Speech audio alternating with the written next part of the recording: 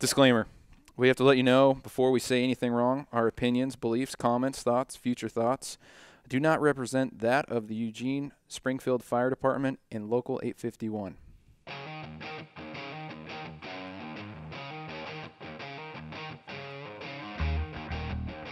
So like 12 years ago, I weighed 150 pounds and I was this height, which like Slim. for reference, I'm maybe like 200 pounds right now. So you're slim. I was slim. I was a soccer player. Oh, yep, it makes sense. Full of shin guards. So my dad is your size, he's a big man. And I was like, I got to gain size. So I did the first thing that I learned to do in college, which was go to GNC. And at that time, I don't know what they do now, but they wrote on top how much protein I should take. And it was 2.5 scoops per like drink in milk, and like do it like 2 or 3 times a day. And the scooper isn't like the scooper now, at least that I see in protein, where it's like comes out to like 30 grams of protein. It was like a cup. So I did 2.5 scoops per drink. So over, I can't remember what time frame, but it was like 3 or 4 months. I gained 30 pounds. I weighed 180. Good weight? Yeah, I mean, I didn't have a belly like I do now, but yeah. I had the weight. And one night, I had my second protein drink of the day, which was just a feat to put down. And I had some Subway because that's eaten fresh. Of course it is. We'll get advertising points for that. Nice. And I was like, you know what? I was a resident firefighter at the time, and I was like, I don't feel that great. I'm going to go lay down. And then after laying down for 5 minutes, I go, I think I might have to puke. And that ensued 12 hours of learning. I got to learn something at this point in time, too. You can actually have explosive diarrhea on the toilet and puke at the same time into the shower. Simultaneous? Yes, for 12 hours. I've never experienced that. And thank goodness. I think it was like the first time I was really sick outside of like living with my family, my parents. And I was like, man, I'm going to die. I'm going to die.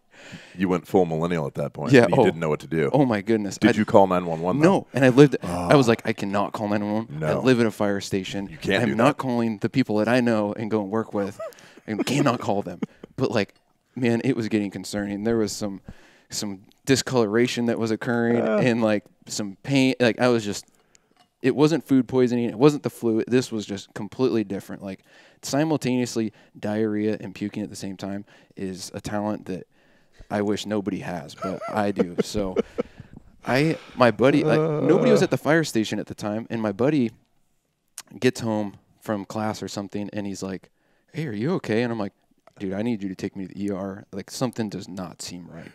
So he takes me to the ER, and the short end of this story is I had protein poisoning, which I did not know was a thing.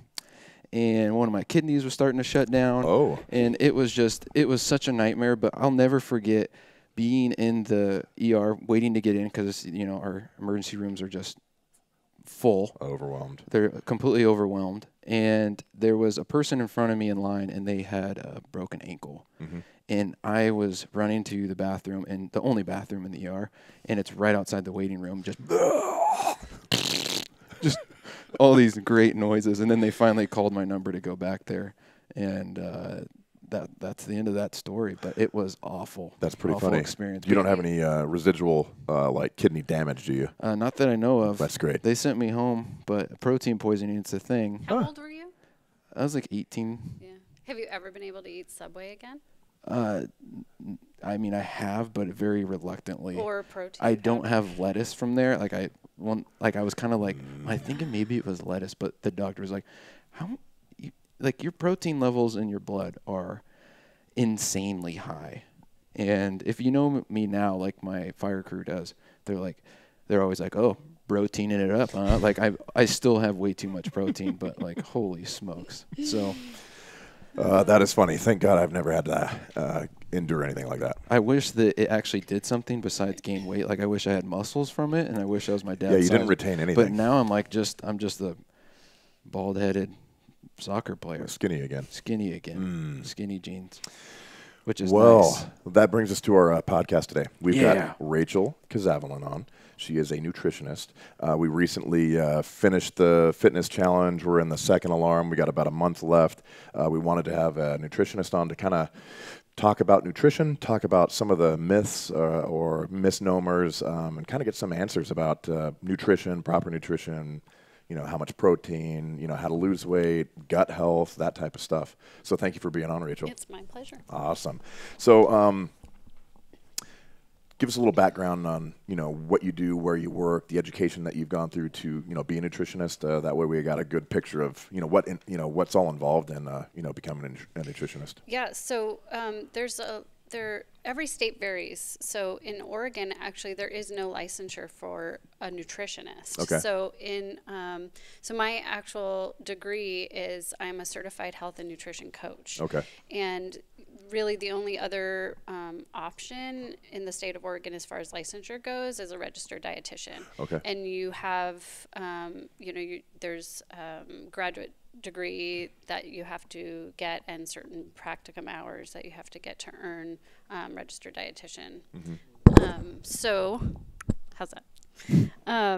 So actually my primary degree is I'm a licensed professional counselor. So when I was in grad school, my journey started the summer before I graduated college, my undergrad. I needed like some random credits, and so I just took this nutrition course, a sports nutrition course at the University of Oregon that I now teach. Oh, cool. And I took that course, and I was like, holy crap, like this is what I want to do, and there's got to be a way that I can integrate it into what the education I'm going to get after undergrad.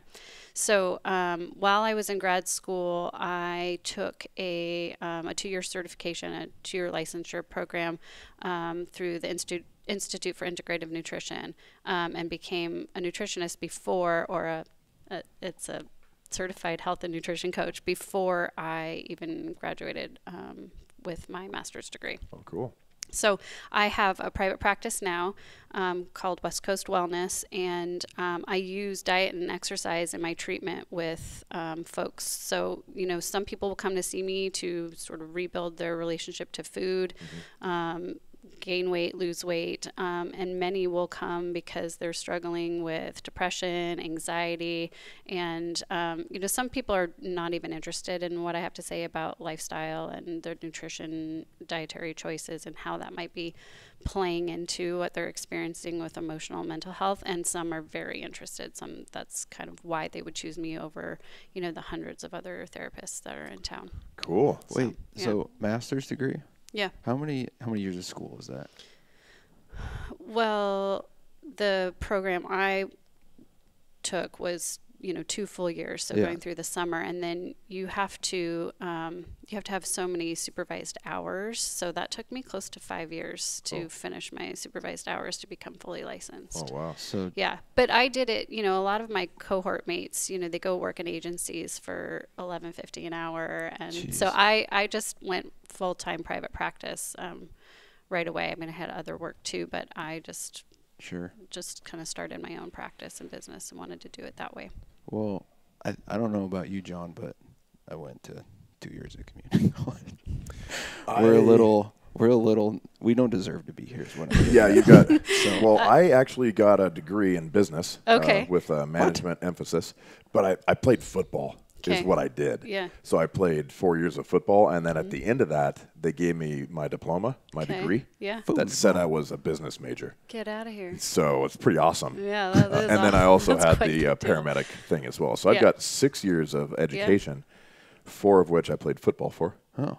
And then the other was actual education. So I'm the same as you, just 2 years pretty much, associates. But I also have a bachelor's. A lot Crazy. cooler. That is Very cool. Yeah. Yeah. I'm joking. I actually had to do some work, but yeah. Talking about the clientele that you deal with. Yeah. Young, old athletes, male, female, all the above. What's kind of what type of clients do you have? Yeah. I would, take any or all of those. I don't, I don't advertise as being specifically for one subset. Athletes find me, athletes tend to find me and be more interested in, my focus and the work that I do. So I see a lot of athletes, a lot of college athletes. I teach at the university, so I have just a relationship with the school and a relationship with students there. So I would say 75% of my practice is athletes and students and student athletes. Okay. Yeah. So Teens. when you're dealing with athletes, when they come to you, for nutrition, how to get better. Yeah. What's the common question? What's the problem that they're dealing with? Is alcohol bad? Yes. Yeah, student athletes. Yeah, student athletes. We always end up talking about alcohol. They also really want to know, like I start every class and pretty much every conversation I ever have with anybody about nutrition, I usually mention that the science of nutrition is an incredibly confused science. You can talk to one perfectly well-educated, PhD who will tell you this is how you should eat. And you can talk to an equally as well-educated, doctor that will tell you something completely different. So there is, and then there's the internet. So there is just a wide array of really conflicting advice and information out there, and people want to know. They want to know what's right. And that's why we have you on today, because it is very confusing. Because, like you said, the internet, you're looking like, how much protein should I get? How much carbs should I eat? How many fats should I eat? If I want to, should I reduce my calories to do like a calorie deficit diet? Is that healthy? Right. Is it not healthy? That type of stuff. So Right. that's awesome.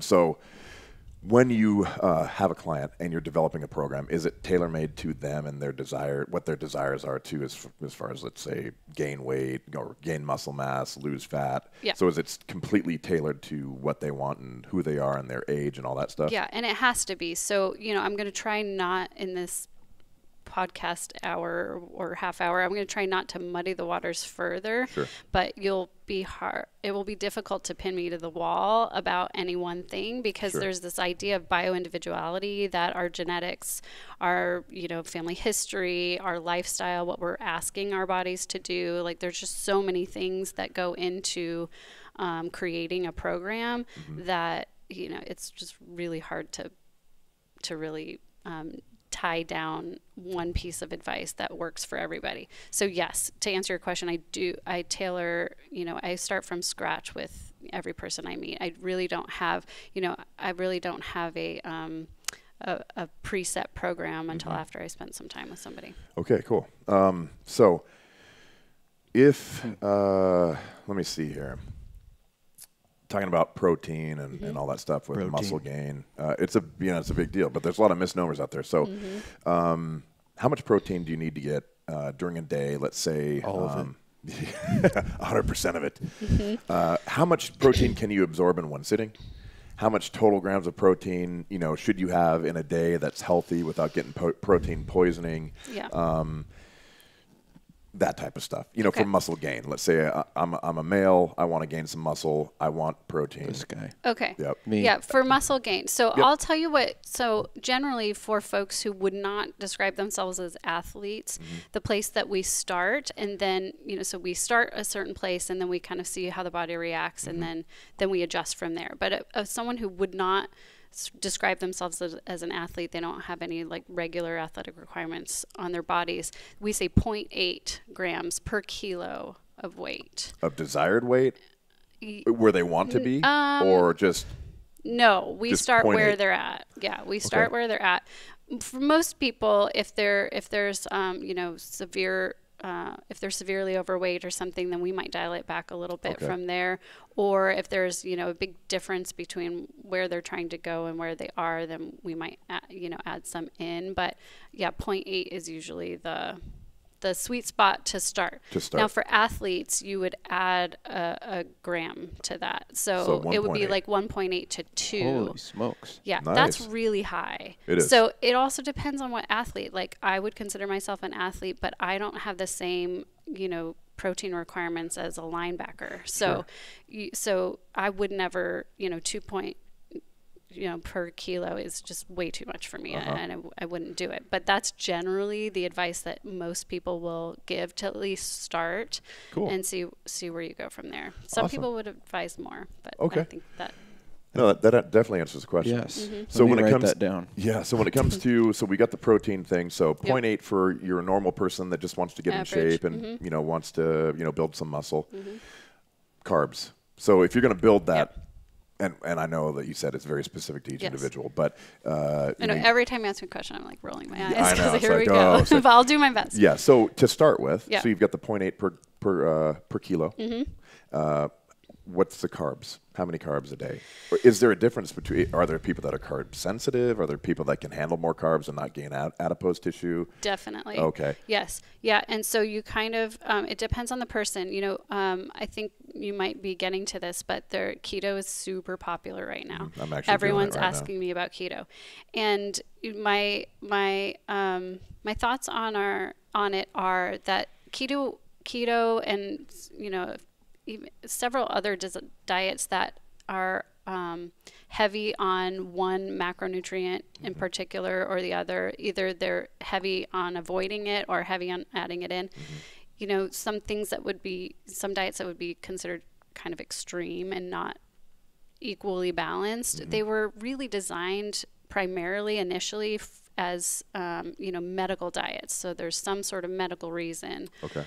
So that doesn't mean we can't all experiment with it a little bit, but I generally would not advise like long-term, indefinite keto diet or Atkins diet or even really paleo unless there's other reasons for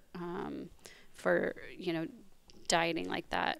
So what would be an example of a medical condition that someone would go on keto for? That's a great idea. Like that's a great I've thought. read like menopause, like for women, menopause. Yeah, so hormonal balance, keto can be really helpful. I mean, I've read some studies. The thing is, there's not a lot of money in food science. Sure. So it's really hard to get enough research in enough repeatable research to go in one direction or another. So, there's a lot of talk about like saturated fats and, 20, 30, even 40 years ago, saturated fats, eggs, red meat, that was like, no way. Right.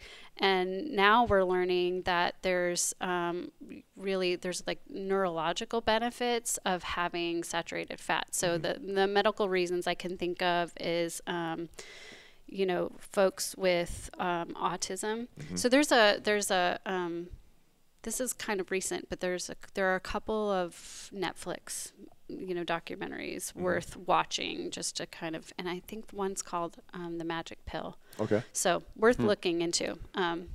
Someone maybe need to check that resource, but I'm pretty sure it's there. So there are any sort of neurological issues, Alzheimer's, there's a book called Eat the Yolk. And there's a lot of research from that book about, the benefits to high fat diets. So that's kind of one area, one reason to maybe limit carbs and increase fat. Okay. One thing I have an issue with carbs is have them and I feel bloated, I feel full, I don't eat the rest of the meal. Right. And then on the flip side, you cut carbs out or you go to that extreme you're talking about where you're not having carbs. I read that it impaired cognitive function, which for me, right. I can't have that happen. Like I'm already running below average on people, so I need as much brain power as possible. Right. So I'm in this constant battle of going back and forth. Yeah. I don't know what to do. Yeah. Well, I mean, you listen to your body. So I think for people, I really feel like there's a hierarchy here of approach. So, I'm thinking about the listeners that are, maybe in the second phase of the challenge and they're kind of continuing on. Maybe they've already kind of hit base line that they've kind of cleaned up their diet, so to speak. Some people don't like that language, but I'm fine with it. Sure. So they clean up their diet. So they're limiting, refined sugars and, they're kind of shooting for more whole foods, foods that don't have, a laundry list of ingredients that you can't even pronounce, right? So that's kind of like the first step is before we talk about keto, let's just talk about what you're eating. And if you're living on sodas or, chips and, an occasional salad here or there. Let's just like clean that up first. And then we can see how your body adjusts, because people kind of walk around feeling like crap all the time, and they're not particularly sensitive to what their bodies are trying to tell them. There's lots of elimination diets that people, try, where they go, totally whole foods only. Maybe they get rid of grains, they get rid of dairy, they get rid of sugar, they get rid of caffeine, right? And the idea with those diets is to sort of like clean your system a little bit. Get the baseline. Yeah, and then you start adding things in. So if you went on, I guess a low carb diet, which, like paleo sort of, if you're not particularly thoughtful about where the other carbs would come from, then you started adding those back in after 4 or 6 weeks time, and you would be sensitive to the difference. Others, it might take them much longer to kind of figure out how their body's responding to things. So the first step would be like, oh, I feel like crap when I do eat this, or I feel like crap when I don't. And then you adjust accordingly. That's almost the most reliable research you could ever do. Food sensitivity tests are not that accurate. Generally they can generally be inaccurate, or dependent on so many other factors that are really hard to kind of account for. So really the best researcher or best research is the information your body's trying to give you. Before we move on, what do you have because I know a couple people have done food sensitivity tests, and I've thought about doing it too. But yeah, I've had friends that have done like multiple, and it's been like far ends of the spectrum what they are. Do you have one that you would recommend, or are you still just kind of like you said, just kind of like, I'm not really sure, they're not that accurate? Yeah. So there's the two that I would avoid doing any tests like the mail tests, the mail-in tests that they send it to you, and then you take swabs or urine or whatever. I would avoid those. Really, the blood tests are typically the most reliable. They're going to be the most reliable, and having a doctor kind of oversee that process is usually really helpful. It's hard, frankly, to find a Western med doc that will do them. There's the latest research, and I think this is probably a 10-year-old statistic, but the latest research is that less than 3% of medical schools in the U.S. even offer a course on nutrition, never mind required of their doctors. Jeez. So when people go to their doctors, they are thinking that they're going to get this information, and totally well-educated doctors that are really good at what they do aren't going to have this information for you. They're taught to diagnose and treat with medication usually. So you will find a doctor that knows from time to time, but it's pretty rare. So there's integrative medicinists or doctors who have done work outside of MDs who've done work outside naturopaths, or they've done integrative medicine courses and things that might be able to kind of oversee that. But there's a test to the IgG. There's two tests, one that tests for sort of immediate reactions and sensitivities to foods, and one that tests sort of a longer term, like within days or even up to a week of a reaction to a certain food. And I think the quick one is the IgG. So someone will have to check my research on this. I think it's the IgG, and I can't remember what the other one is called. Maybe the IgE, I think, maybe. So, those would probably be the two to start. And if you could find a good practitioner that could oversee that would probably be really helpful. Awesome. You also have to eat a lot of the thing that you are, thinking that you might be sensitive to or even allergic to. The idea is to eat a lot of it and see what antibodies form up against it when you take the test. So if you avoid gluten, for example, gluten's not a good example because there are other tests that are more accurate for that. But here's an example. Yeah.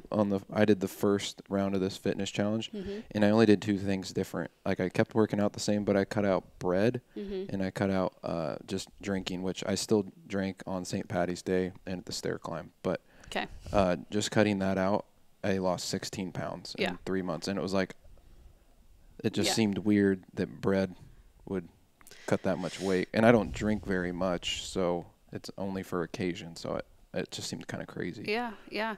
I mean, I don't know. There could be more things involved in that. You know, blood sugar response to carbohydrates, like high glycemic carbohydrates. That's a big deal.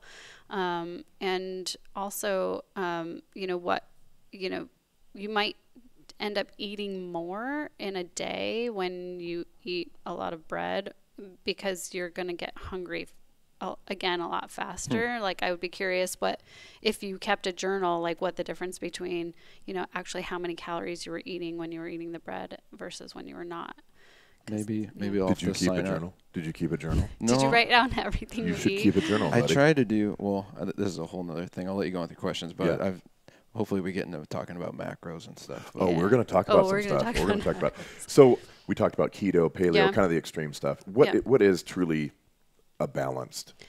My favorite is just balancing the macronutrient. My favorite place to start is just balancing the macronutrients. Okay. I love, it's really fun for me when I get some, an athlete, for example, would be out of season because we don't mess with this stuff when they're in season. Sure. But, one of my favorite things to do, the most fun, is like getting them to a good baseline so that we can experiment with things like keto and things like that, depending on what their body composition needs are for whatever their sport is. But the best place to start is a pretty close to like 33.33% from carbs, proteins, and fats. Oh, just like equal it's a right really across the good board. place to start, even for just a couple of weeks, and then just kind of see how people feel. Because usually, like for your challengers, probably, again, if they've kind of cleaned things up a little bit, maybe limited alcohol, or they're, kind of experimenting with getting rid of, refined sugars or whatever, then that might be a really good place to start, and they'll know kind of based on their energy needs if they need to bump something up. Okay. Or not. Gotcha. And the first thing to bump, if they don't have, the first thing to bump would be carbs. Okay. Actually, I mean, people think it's protein, but it's not. Yeah. Not necessarily. So when you do make adjustments, right, you establish that baseline, whatever that is, right? Right. When you do make adjustments, you're going to make one or two adjustments. That way you know if it's working or not. Yeah. So if you make too many adjustments, you don't know which one's working or which one's not, right? Yeah, right. So, I mean, if you're going to get rid of a bunch of things, like this was a pretty good experiment for you to just, stop, limit drinking and bread, because then you kind of know, like, well, it's one of two things. And I don't drink that much, so bread kind of had an impact. And then now we can kind of figure out why it had such an impact. But yes, it's kind of like when you take a bunch of medications or a bunch of supplements or something, and you have the desired effect, or you reach the desired effect, you don't know which the things working. Was actually getting you there. So cool. Water intake. Yes. Hydration is very important. Yes. What is the prescribed amount of water you should drink? And what is true hydration, right? How do you know that you're hydrated? So pea how much color? Okay, tell me about. It's a good place to start. Tell me about pea color. Should be pale. It shouldn't be bright yellow. So that's that's a pretty good indicator. Thirst. People say you drink when you're thirsty, but really thirst is an indication of dehydration. Okay. So that's kind of one thing to look for. For athletes, who are concerned about whether they're hydrated enough, we test weight before an event or before exercise. Exercise that lasts more than an hour, we'll weigh them in before and after and see if there's a significant enough weight loss there. But really, the old rule used to be 8 by 8, right? Like 8 ounce glasses of water a day. But again, I don't have the same hydration needs as, a 200-pound firefighter, right? Yeah. So my best, and then there's some liter recommendations and things, but my best recommendation and the place to start is half your body weight in ounces of water a day. So if you weigh 150 pounds, about 75 ounces of water is a really good place to start. Now, if you I don't sweat that much. So if you're really a sweater, then you would double check your weight before and after exercise. And for every 2 pounds you lose, you want to get about 2 cups or 16 ounces of water. Okay. That's interesting. Yeah. No, that's really good information. But half your body weight in ounces of water is the perfect. Half your body weight in pounds in ounces of water a day. It's so hard to remember to drink the water, though. Dude, I am drinking almost 2 gallons of water Once a day now. Once you get it though, there's like apps that like will send you reminders, and I have this fun Get app. an app, dude. Make a journal. I'll show you the app I have. I can't remember the name of it, but it like cheers for you when you put in like how much water. That's what I you need. need. A cheerleader. He needs Yeah, you need a water cheerleader. That's what and my it sends crew me does. reminders. Yeah, totally. Or I have. You fill up a couple of water bottles a day, and you just have a goal to drink, 2 of these before noon. You Yeah. want to front load it so you're not up all night. Do they have like lids that count the ounces that you're actually drinking, and they actually clap and make noise for you? I don't know, but We that should make sounds that. like $1 million idea. Right? Okay. So, I mean, we know that that's whatever, Yeah. 30 ounces, Yeah. right? You know that. But it's Yeah. nice to just have a digital readout, like it goes through a little Totally. meter. And and feeds then it to your phone. feeds it or to your whatever. phone, and it says, hey, you Yeah. just achieved a gold medal in hydration. Yeah. There Why don't is- we do that? That dude? does Yeah, sound there nice. might be We're going to have to edit that out so Shark we can keep Tank. that. Don't. Yeah. Sharks. We have I want Sharks, royalties. we've got a ounce reader for the water that Yeah, also that's not a links bad to your idea. smartwatch and phone, and then it keeps a journal for you.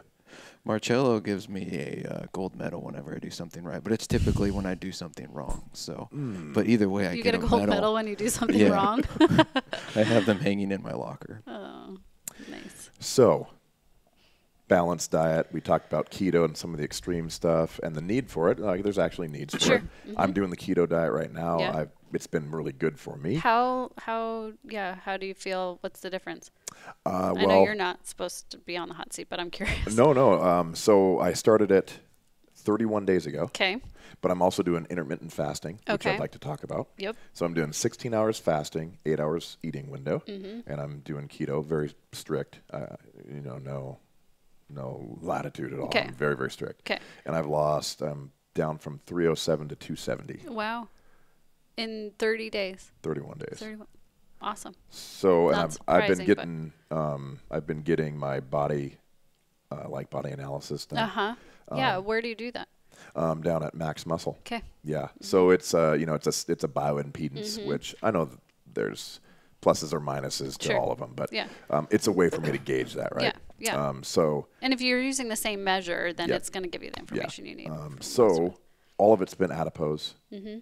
I've had a gain in like 6 pounds of muscle. Yeah. Must be and nice. Down from 19% body fat to 9.5. Awesome. So Yeah, all that's- indicators are Yeah. saying that I'm doing the right thing as far as Yes. I'm not losing muscle mass and my hydration's good and all that Yes. stuff. So that worked for Cool. me. My joint pain is gone. Mm-hmm. I sleep very well. My my focus is good as Yeah. well. Yeah. So I think I'm Clarity, doing. For brain me, it's clarity. working, Mhm. Yeah. and there's not very many negative sides for Yeah. me at this Yeah. point. Was it hard for you to start? Yeah, the first 7 to 10 days were difficult. Yeah. Were You're you like hangry? hungover. Yeah, it feels like you're hungover. Yeah, it's absolutely. just like sugar detox basically. Like you Yeah, feel- and that's what it felt because Yeah. Oh, boy. sugar's poison. You Yeah. know what I mean? It really is. It really is. Yeah. So I felt as if, and I feel great now. Yeah. Do you think you'll anyways. do it forever? What I think I'll do is I'll make some minor adjustments. Mm-hmm. I feel like that it's really good for me right now. But at week 6, I'm going to add in a little bit of a cheat meal Okay. for to help with leptin levels a little bit Mm-hmm. and spool my metabolism up a little bit. Leptum. Yeah. Lep- So I think I'll do that, and then I think that I might add in, like for my first meal, maybe 50 grams of good carbohydrates, but that's it. And I think I'll continue that for a little bit and see how that works and see how my body composition reacts to that. Yeah. I think I'm relatively carb sensitive, and I think I might have had some insulin sensitivity stuff going on. Yeah. So I think that the diet has corrected that. Yeah. Yeah. Anyway. So complicated. This is so above my simple head. You know what I'm like? I ate food. That's, Is that? Yep. It's a sandwich. I'm going to eat it. I can't eat the I'm bread. going to go ahead and journal that. So anyways, it's worked for me. Good. All right. I feel good Yeah. about it. It's, I'm losing weight and I feel good. So nonetheless, I want to hear about the fasting. yeah. I'm So so- intermittent fasting. Tell me what your Let's thoughts on talk intermittent fasting Okay, is. so there's like as many, different like various intermittent fasting programs as Yeah, there are people in the hours, world. days, Yes, yeah. yes. Days? Yeah, people fast for days. Yeah. Gandhi. Or there's like a sort of extreme calorie deficit every other day, and then, like eat whatever you want every other day. I mean, there's just like kind of a million different versions of intermittent fasting. So, because, the best general recommendation would be to stay somewhere kind of in the middle. Like, that's a lot of the healthiest, all things considered, a lot of the healthiest approaches are going to be something in the middle, right? So the middle version of intermittent fasting is kind of like what you're doing, where, you do a 16-8, where, hopefully at least 8 of those hours you're sleeping anyway. Some people, so then you can get kind of more extreme versions where there's like a 4-hour eating window, or like 24 hours once a week or something like that. And I feel like generally what you're doing is it's a little bit easier to get on board with it, and it's a little bit more moderate. Most people can get enough calories and a wide variety of food in 8 hours. Yeah, absolutely. And it kind of limits sort of the extra foods that we don't even really need. Can we dumb this down, Tad? So like fasting is just food. It's not like you can drink water, right? Yeah, you can drink water. Basically anything that has no calories. Okay. As soon as you have calorie content, it will break the fast. That's what breakfast is, right? Breaking fast, like the first meal when you wake up. Wow. Yeah, and it could be any time. You've never heard that before? Oh my God. Yep, dude. We're breaking some. Like I said, the cognitive function of the carbs. I need carbs. I'm eating bread right after this. Should have ate it before. Stupid. I'm the same way. So, do you implement any intermittent fasting with your clients? And what value does it have for specific things? Yes. So, again, with the hierarchy, it would never be the first thing I would try. Sure. And usually, I feel like most of these things, which maybe we're going to get to, but most of these strategies have a shelf life. Like they only work for so long. Our body seems to kind of plateau or hit a wall, and we, it slows down. We stop seeing the benefits. So, it's never the place I would start. The intermittent fasting too, because of my background, you can get into some sort of, for some folks, some sort of disordered patterns or approaches to, where this kind of need to starve yourself to get what you want. That's like kind of a slippery slope for men and women. And, maybe kind of obsessive compulsive tendencies can be turned on when you, when you introduce a plan like this. So it's never the first place I start.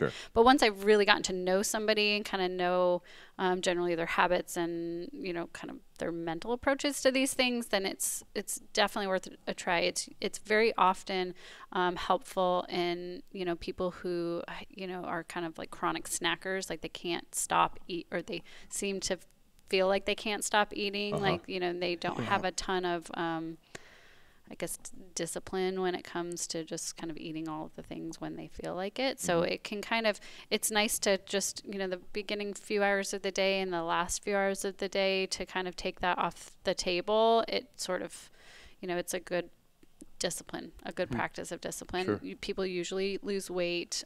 It seems to, because every time we eat, essentially, there, our blood sugar levels. So you eat, and so I'm going to super dumb it down, but you eat and there's a blood glucose response, a blood sugar response. So there's sugar in our blood, let's say, and the pancreas excretes insulin to drive, those levels down, because we can't live with, high levels of blood sugar. So there's a natural kind of like ebb and flow to this. What we're trying to avoid is like these like really big extremes. So when you eat white bread, for example, it's in really fast, it's out really fast, because our insulin levels are going to try to drive that down. So blood sugar levels spike, insulin levels drive that down. We get tired, we get hungry again really fast. So you're trying to avoid this and more, like this is kind of what we're going for. And the, intermittent fasting is pretty helpful with that. So other than, help establish some discipline with, chronic snacking or whatever, is there any other health benefits to intermittent fasting? Because I've heard it'll help growth hormone levels go up a little bit, which is Yes. good for you. And Yeah, so there's like, think anabolic versus catabolic, right? Catabolic is the breaking down, anabolic is the building up. So, there's like catabolic hormones and anabolic hormones, like human growth hormone. So we're, when we are reducing the presence of catabolic hormones, we invite the presence of, essentially, we invite the presence of the anabolic hormones. So, stress hormones, think of all the things that kind of like make you tired and break you down and make you inflamed, right? So when we eliminate those, then our body is available to kind of reproduce cells and kind of grow and build up. So that's what I'm kind of feeling. And what we do as far as firefighters, we have a lot of stress hormones because we're up all night, right? And, dealing with, Bell kind of, high, Yeah. high compression type stuff at times, and, just long work hours and that type of stuff. So for me, I think the intermittent fasting I've noticed a true benefit to it. Yeah. Like I said, my joints, I don't feel inflamed anymore. Yeah. And my joints, I don't have bad joints. That's the thing, but they kind of hurt all the time. So that's completely gone. Yeah. And that, I feel like that's also a product of the keto too. Because, absolutely. Because right, there's no gluten. There's no, right. Yeah. Sugar is super inflammatory. So not and having I have a sweet tooth. Yeah. Like I could eat probably a dozen Cinnabon cinnamon rolls without even blinking. Why are cinnamon rolls so good? I don't know. I love them. That's going to be on my first cheat meal though. It's the Maybe cinnamon three rolls. or four of those. I want to know how you feel after that meal. I'll shoot you a text. I want to know. Immediately happy. Immediately and happy then and upset. then tired and then a lot of Yeah. joint pain. And Probably. pooping. Hopefully Maybe. not the situation that you were in. Yeah, the double. Yeah, just avoid the The protein double powder. You'll be situation. fine. Okay, so here's another really important question about supplementation, Yeah. right? Other than protein, we know that you can supplement with protein, whey protein. We've learned the hard way. Yeah, we've learned the hard way with that. So let's talk about other supplements like pre-workout drinks. Yes. So a lot of them have, a lot of caffeine in them and some other, stuff. Right. Make your face catch on fire. Yeah. Yes. Niacin and The stuff like that. tingly thing. Yeah, I think that's how I lost my hair. BCAAs. So are those Totally. good for you? Are they good for your workout? I know caffeine, obviously a stimulant is going to give you a little bit more energy, but Right. all in all, pre-workouts, BCAAs. bad or good? Okay. I told you it was going to be hard to tie me to one thing, but you can get everything you need from food, from actual food. Boom. Period. Yep. Like you might Mic have to be drop. more creative. Like vegans can do it too. They will definitely have to be more creative, especially vegan athletes, right? But I've yet to meet a situation where I didn't think that there was a way to get everything you needed from food. So pre-workout to me includes, so there's a guy, Dr. Ivy, he's like the kind of most widely sort of accepted. His research is the most widely accepted in sports nutrition. And he says 3-to-1. So 3 carbs to 1 protein in a pre-workout. Okay. And then he says 4-to-1, but really 3-to-1 works post-workout too. Okay. So, 3-to-1 carbs to protein prior to a workout, unless you're doing keto or something. But that's really the sweet spot. There are other, branched chain amino acids. I mean, you can get those in food. Yep. So if you're eating a wide variety of meats and vegetables, you can get everything you need from food. If you're not, then so a vegan or something, we might need to supplement so that they're getting what they need. But we really have, there's really little evidence that we are actually absorbing, any purported amount, so let's say there's, like vitamin C, like high vitamin C pills or capsules or powders or whatever. I mean, it's unlikely that we're absorbing a fraction of those doses at one time. We're just going to pee it out later. So, and probably not even that much later. So the same goes with a lot of these supplements, is that the, bioavailability of them and the absorption, how quickly they're absorbed, is probably, a fraction of, what you're reading on the label. Gotcha. So Speaking about bioavailability and micronutrients. In big words. Yeah, and big okay, words. bioavailability, meaning our body can actually use them, Okay. quickly. You're welcome, audience. Right. Yes. Like the process of digestion gets them to where they get to where they need to go for us to be able to use them. Yep. And then what was the second big word? Bioavailability, micronutrients, right? Okay, so what are the most important micronutrients or minerals? Vitamins and minerals. Vitamins yep. and minerals. Yeah. So what are the most important? okay, so maybe we should say this because maybe not everybody knows. Sure. There's macronutrients and micronutrients. Macronutrients are energy nutrients where we get carbs, proteins, fats, right? Boom, the big All three. I heard was carbs. Yes. Yeah. And carbohydrates are not just, bread, pasta. There are carbohydrates. Bananas are super high carb, Yeah, they right? are. So Never heard of it. What is a banana? What is the banana on the glycemic index? yeah, so we'll talk about glycemic. Glycemic index is a number for the blood sugar response to a food in Holy the body. smokes. I think it's like 98 or something like that. It's isn't it? really high. Yeah, it's really high. Really. Oh, and, yeah. and a super eat ripe banana even higher. 97 3/4. Boom. Yeah.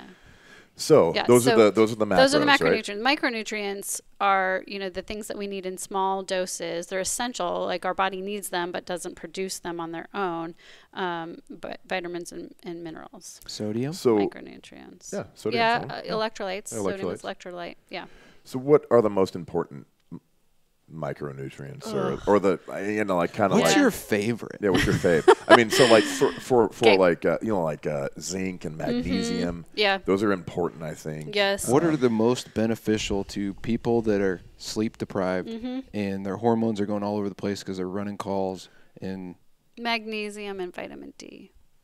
Thank you. Maybe See? zinc too, but magnesium. Zinc is touchy. Like different people have, like I can't have too much zinc, so people So are touchier to. Magnesium is magic, and there's actually finally some research now. I call magnesium like nature's chill pill. It's Dude, finally awesome. yeah Is it? yeah. I mean you grow in sensitivity to it, but I now take it when I'm in bed because it really does make me tired. So what should these people be doing? These firefighters, essentially. Hopefully that's who's listening. But should they be taking a supplement for it? Should they be eating certain foods to get the higher numbers? So this is where you can get what you need from food falls short a little bit. This is the holes in my theories. There are some things that are really difficult to get into food. Vitamin D we get from the sun, and if you live in the Pacific Northwest, you're screwed because you're not going to get enough of it. Especially if you're pale like me. Right. You can't go out there. Yes. Super pale. Yeah. Your sunbonnet. So Jiminy yes, Christmas. you do.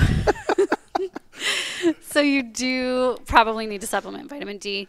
Magnesium is also hard to get enough of it in foods, so it's Why? worth supplementing. Is it not in it's the just soil not anymore? it's not. From over farming. Yes. Can you take See? too much Dude. magnesium? That's You my don't biggest need me. concern.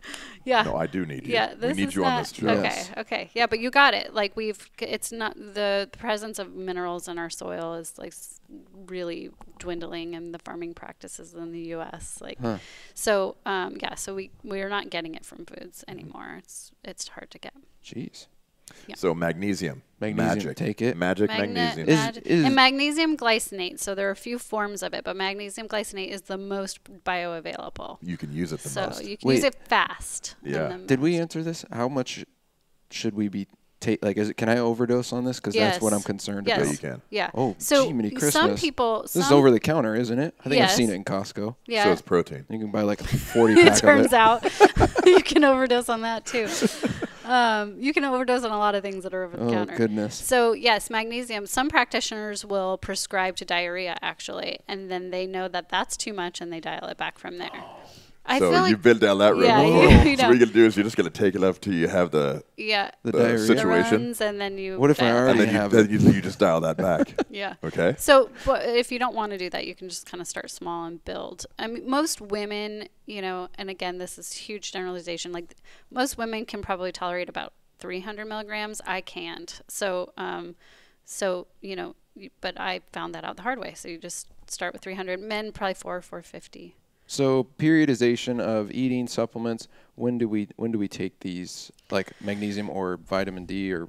What do you mean, like in the morning or Yeah, afternoon like at night? like Magnesium at night because it helps you Magnesium sleep. at night, Okay. I would say for sure. I don't think it's gonna, in smaller amounts, it's not gonna put you to sleep if you're, if you take it in the morning. Vitamin D, some people think vitamin D makes them sleepy, so I usually tell people, I don't think that makes a huge difference to most people, but I usually tell people to take it at night as well. Is it Better the same with food. Is it the same? Sorry, is it the same as D3? Vitamin D3? Is that the same thing? Yeah, that's D3 is the most bioavailable form of vitamin D. Bioavailable. You're welcome, everybody. Yep. Yeah. So, sorry, I have too many questions. no, these are good questions, man. I love we it. could talk all day. So, to kind of finish this up, I got two things. Okay. What are the differences when you're building programs to be successful, men versus women? Ooh. Because I think we're different. Hormone wise. Yeah. What are some of the differences that in building a nutrition program for, let's say we're going to say they both want to gain a little bit of lean mass and lean down. Yeah. What's the differences between a male and a female when you're building a program for that? Yeah, well, hormones would be the main one. Okay. So, there are just as many differences within, between one woman and another and one man and another. But Sure. but to generalize, the difference between the two is largely, hormones, and women's fluctuating hormones, and men's, there's decline of certain hormones as they age. But typically that's kind of like the biggest. It's more complicated for me, honestly, to work with a woman because there are just so many variables that go into that than it is for a man, generally who has the same schedule or whatever. It's just a lot simpler. There's a lot less factors. But yes, hormones are kind of the number one. So is that why men typically see results a little bit quicker than females do? Yeah, totally. And the makeup is, men, there's a higher drive toward protein and muscle mass, and than women naturally have. So a biochemical drive, I would say. Okay. So, and for all kinds of survival reasons, but so it's just a little bit more challenging, and it takes a little bit longer for most women. But still able to accomplish. Totally. Desired results. Yes. Totally. And that's kind of what I wanted to touch on is just like. When like my wife is, doing, a certain eating plan, I'm doing the same one. Yeah. I see immediate results, and she's like, It "Man, takes what her the longer. heck?" And I then she know. gets a little, Yep. pissed off. She about that. resents you totally. for it. She hates me Yeah, for it. and Yeah. the thing I hear from women especially, I don't hear this as much from men, but from women, they say like, well, this never used to be a problem, and it takes a little bit of time to convince people to wrap their brains around, that our bodies change as we get older. And sometimes even just in a matter of years, there's like late onset food allergies, our bodies change. So, our goal, and if you kind of want to look at it like a game or a puzzle, which I find it's pretty fun to just kind of adjust and figure out what your body needs at any given point. And just because I didn't used to need this doesn't mean that I don't now. Oh, excellent. And So it's a work in progress, yes, continual. always. Yep, for men and women. So you kind of talked about this at the beginning when you were talking about what you do on your practice, your practice and everything. Diet and how about diet and how does it relate to gut health? Yeah. And how does that relate to behavioral health? Yeah. It's a big deal. I know this is can I come back? You open up a can of worms, but Yes. The correlation between the two. Yeah, huge. Diet, Yes. gut health, behavioral health, like you Yes. said, anxiety, depression, stuff like. So, having a poor diet or a diet that's not working for you can definitely have effect on your mental health. Yes. I mean, I feel like I see an article come out weekly, something new. Like there's a lot of, I'm not totally sure who's driving this or where it's coming from, but there's a lot of continued research, even just in the last handful of years, about the they call it the gut-brain axis. So the relationship between the gut and the brain. And, it's a real thing that this, like the microbiome, the flora in our gut is sending messages, back and forth to our brains. Inflammation is, a pretty key, and inflammation impacts our neurological health. And, I'm trying to not use tons of big scary words. Thank you. But like the brain synapses, like the like chemical reactions, and the firings of do this, don't do that, right, is totally impacted by our gut. So when we eat high sugar diets, we're kind of messing with the communication, right, between our guts and our brain. It's funny because a lot of the research has historically been directed to kids, and and then now we're starting to figure out, like, oh, this is a real thing for grown adults now, that how we eat and treat our bodies, and this is like my tagline, but like how we eat and treat our bodies impacts our mental and emotional health. Primarily, like more than almost anything else. So not only being fit and looking the way you want to feel, but having that good gut-brain connection, being more healthy, is it's a game changer. Totally. Emotional regulation, behavioral adaptations, like what's acceptable and what's not. Sure. It's all a relationship. Like you can't have one without the other. That is intriguing. Speaking of good, like gut flora, I noticed that there's a ton of probiotics, and I'm looking at it and I'm like, okay, 41 billion, 800 billion, whatever. What's the shelf life on that? Do you have any, you know what I mean? I'm thinking, like, are these truly, when they were shipped, did they get overheated? Did they all die? I mean, what's, like you're saying, it's like, what fraction am I really getting out of this? Yes. And if you've got any recommendations for, a very good probiotic or one that you use, because I know, the good flora, is really imperative to your gut health, and then also it affects so like everything. healthy bacteria. There's like good and bad bacteria. flora. I feel like I'm interpreting. Thank you. So what we're gonna do? I don't want to make you Jeremy. the dummy. He's not. Like, You don't have to do that. I did that myself. I know you did it. So it's your fault. The short answer is I don't really know, to be honest, and I'm not sure. And I think that's pretty much profession wide, that we don't totally know. It's always best to start with foods that are high in probacteria. So fermented foods, not beer. Sauerkraut. Fermented foods. Fermented. Yes, sauerkraut or fermented vegetables. There's like kefir. Never had any of these. Yeah, yogurts, but like injected with tablespoons and tablespoons of white sugar, but it's like plain yogurt. Yes, yeah, kombucha. So tasty. Yeah, well, you can mix your Rice own things Krispies. in there, fruit and stuff. Cinnamon Life. No. On the wrong track. Oh, whoops, sorry, I just heard sugar.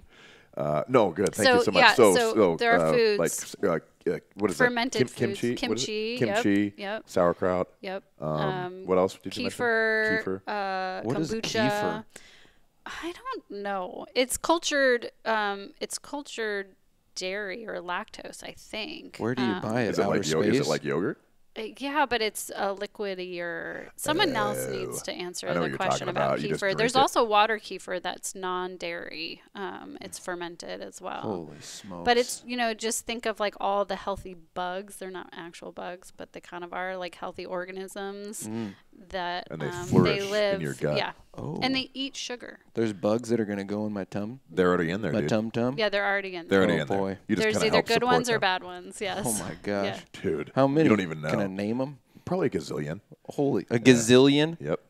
I Okay, think this that's the medical term. It is a medical Yes. term. I I'm mean, so it's overwhelmed. science. Yeah, but I do take a probiotic just in case. Sure. That's sort of, I don't think it really hurts anything. There's lots of people think that it doesn't really do much. I mean, the thing we haven't mentioned is that there's no regulation over supplements. So, No. there's this, it's the DSHEA. I test my students on this, the Dietary Supplement Health something Act. Alphabet. it's the E I can't remember. Mm-hmm.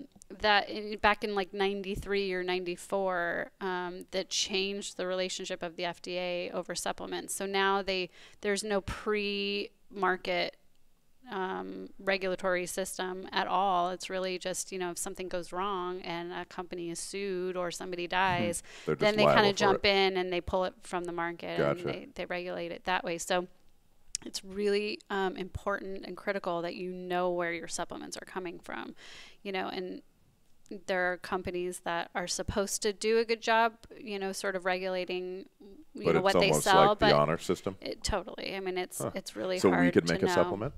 Yeah, and you could sell it. Do you want to make a supplement? Let's No. make a supplement. It's gonna be great with the I don't water want with the the liability. with the water ounce Oh counter. yeah, okay. gonna be great. Like a Sugar probiotic water. Yep, probiotic. Yeah. Okay. Yeah, water. We might have to yogurt, cut that too. slurry. Are we going quick attack now? We're going quick attack. We Okay, got to wrap okay. this up. Are you Okay. ready? This So is the- this is kind of a fun thing. Okay. 'Kay. We're just going to ask Really you a bunch serious. of random questions, like if you Oh. were a superhero, what would you be? Who would you be, and why? Yeah. So it's You know what I mean? Okay, Like but that. don't ask me that. it has to be. I'm gonna ask you first that. thing that I've- comes to your head. Yeah, just Okay, and but it's, just- and it's rapid. Okay, all right. It's gonna I be won't- great. I You're won't gonna prep love you. this. I literally see no movies.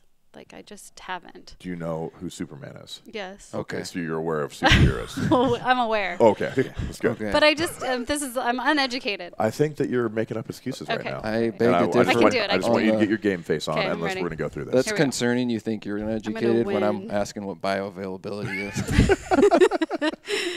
Okay, but I don't know movies. Okay. That's the difference. Touche. Can't know everything. Quick attack. Okay, here we go. Go. Quick attack. Okay. Can you finish the lyrics to this song?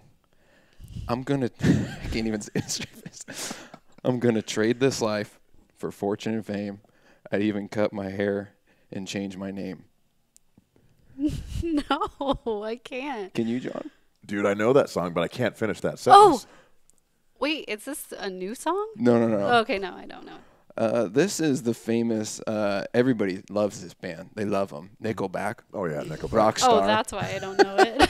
Okay, I don't feel bad I felt anymore. bad for Nickelback. Everybody hates them. I know they you get know? such a. Anyways, what? So in your car right now, what's your song? What's your go-to? Like you're gonna leave here. It's a sunny day. You're going to listen to music. You're about to hit What's play. on your playlist? I don't have a playlist. I have the radio. Oh, So my it's like- gosh. I Favorite song know. of all time? Oh my god. If you can't say Journey either. So my favorite song of all time. Favorite song? Yeah. I can't. Are you quick married? attack. Yes. What songs do you play at your wedding? Next question. Next question. I Oh just my got gosh. married New Year's Eve too. That's so bad. If you could have one food for the rest of your life, what would it be? You're a nutritionist. This should Kale, be- and it's not a joke. Kale? How do you cook it? God, level 10 nerd alert. I know. I love like it. I'm such a nutritionist. My wife cooks kale really good, but still, I'm not like going to a You restaurant could looking do for anything. kale. I put it in everything. Okay. I truly put it in Kale and everything. waffles. Next Yes. question. Okay. Sorry. Next question. What obscure food have you eaten? I had frog legs in Mexico one time. Deep fried? Uh-huh. Did you like it? No. I don't remember much about it. I was like a teenager, but yeah, I don't so you remember were drunk. liking it. Because you can drink at 9 years No. old. I was a teenager. I was hammered on tequila. Ate frog legs. Yeah. Okay. Still didn't like them. This is a riddle. We like to ask everybody a riddle Yeah, you're going to love Okay. it. because they're really serious. Okay. Okay. What is orange and sounds like a parrot? It's got to be a bird, right? However you read into don't it. know. What's orange and sounds like parrot? But it's not a carrot. That's too easy. It is. It It's is, a carrot. carrot. You're the first one to get a Parrot, riddle parrot. right. Good job. I'm She's the so winner. happy. But seriously, if you were a superhero, who would you be and why? I think Wonder Woman. You would? Oh, yeah. Yeah, Why? 'cause Dude, she's that just new so movie's awesome. Badass. Yeah. I She did is. see part of that movie, and then I fell asleep. Congratulations. Well, once again, thank you so much for Yeah, being on our thanks for show. having me. There was a Super lot of fun. really good information in there. Good. I think Hopefully we you can know, have you on again. Yeah, I would there's- love to come back, Yeah, seriously. so awesome. Yeah. So there's a lot of stuff, obviously, in nutrition. Yeah. You could talk about it for probably days. Forever. Can we- but it's very beneficial. So Is there, if you're comfortable, can you like tell people right now, like if they wanted to reach out to you to maybe consult you as a nutritionist, like where can they find you? So easiest place is my website, westcoastwellness.net. Okay. Yep. And boom. yeah. West Coast Wellness. Yep. I love it. Thank you so much. Yeah, thank you. .net. .net. Westcoastwellness.net. .net. What's up? Yeah. Thank you so so much. Thank you. Okay. Love it. Josh Fire out.